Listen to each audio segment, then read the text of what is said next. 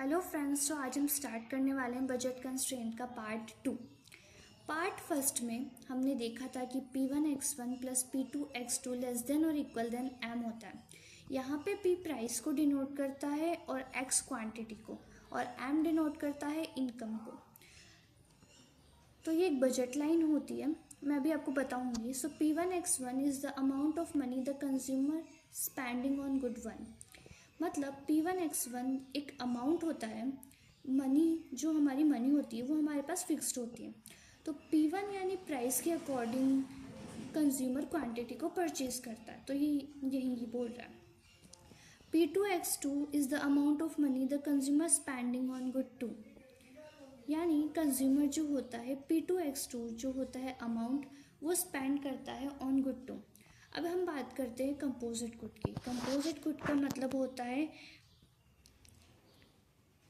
Consumer जो होता है वो गुड्स परचेज करता है फॉर कन्वीनियंस। यहाँ पे हमने दो goods Lee, x1 and x2। यहाँ पे हम एक गुड्स को कंपोजिट गुड मान लेते हैं। यहाँ पे हमने x2 को कंपोजिट गुड माना है, means that stand for everything else that the consumer might want to consume other than good one. इसका मतलब है यहाँ पे x1 एक गुड है, इसके अलावा कंज्यूमर जो परचेज करता है ये एवरीथिंग एल्स स्टैंड करता है। हमें पता नहीं है कि वो एक्चुअली क्या परचेज कर रहा है, बट हम एवरीथिंग एल्स मान के चलते, तो यहाँ पे हम x2 को कंपोजिट गुड कह देते हैं। तो इसकी जो प्राइस है, हम एक प्राइस जो है हम P2 वो 1 मान के चलते हैं, तो यहाँ पे प्राइस जो होती है गुड 2 की वो 1 हो जाती है।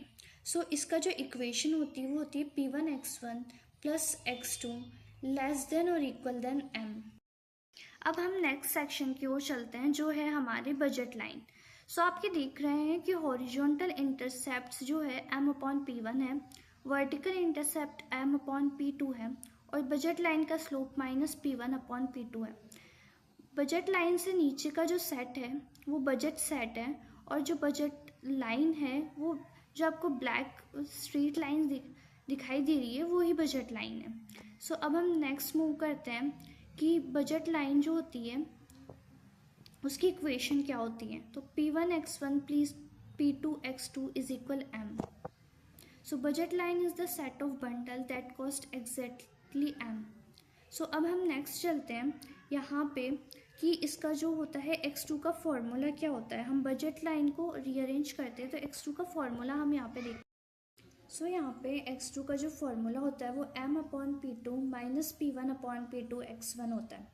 यहाँ पे m/P2 वर्टिकल इंटरसेप्ट होता है, माइनस P1/P2 आपने देखा कि बजट लाइन का स्लोप होता है, x1 quantity of good x1। So okay, तो हम नेक्स्ट मूव चलते हैं। जब क्वांटिटी जो होती है वो इंक्रीज हो जाए, डिक्रीज हो जाए, प्राइस इंक्रीज हो जाए, डिक्रीज हो जाए, सो बेसिकली यहाँ पे क्वांटिटी इंक्रीज और decrease related to the price होती है। तो हम यहाँ पे जनरली प्राइस और इनकम को ही रेफर करते हैं।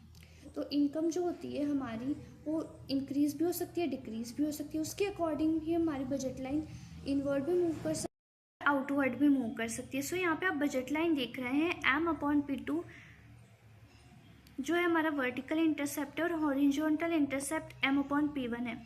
यहाँ पे m'/P2 और m'/P1 वर्टिकल इंटरसेप्ट और हॉरिजॉन्टल इंटरसेप्ट है। स्लोप -P1/P2 ही है। यहाँ पे इंक्रीज इन इनकम हो गई है, तो cause a parallel shift outward of the budget line. वहीं अगर ये जो इनकम होगी वो डिक्रीज हो जाएगी, तो ये शिफ्ट कर जाएगा m/P2 और m/P1 के नीचे। ये जो लाइन होगी उसमें मूव कर जाएगा। तो अब हम इसका स्लोप देखते हैं कि वो क्या है। तो इसका जो हमारा स्लोप है वो तो -P1/P2 रहेगा, बट जो x2 होता है वो हो जाता है m'/P2 माइनस P1/P2 x1। यहाँ पे स्लोप तो सेम रहता है, बट यहाँ पे वर्टिकल इंटरसेप्ट जो होता है हमारा वो चेंज हो जाता है।